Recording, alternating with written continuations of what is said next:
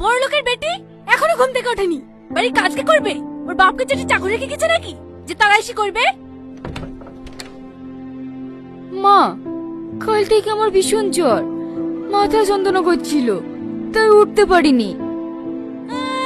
মাথা যন্ত্রণা করছিল, খাওয়ার বেলাতে যন্ত্রণা করে না? মা, আজকে কাজ করা সালমাকে করতে বলেন না। কি? ছোট বউ করবে বাড়ির কাজ? ওর স্বামী মাসে 50,000 টাকা ইনকাম করে, আর তোর স্বামী কি করে? রাত দিন শুধু মাঠে বসে থাকে। তুই যেমন কিষানের বউ তেমন থাকবি। মা, এই কাপড়গুলো কেচে আনতে বলেন। সালমা, তো একটু। কি? আমি যাবো কাপড় কাচতে? এই কাপড় কাচার জন্য আমার বাপের বাড়ি 4টে থাকে চাকরানি। তোর মতন আমি ভিখারির মেয়ে নাকি? ঠিক আছে সালমা, তোকে বলাটা আমার ভুল হয়ে গেছে।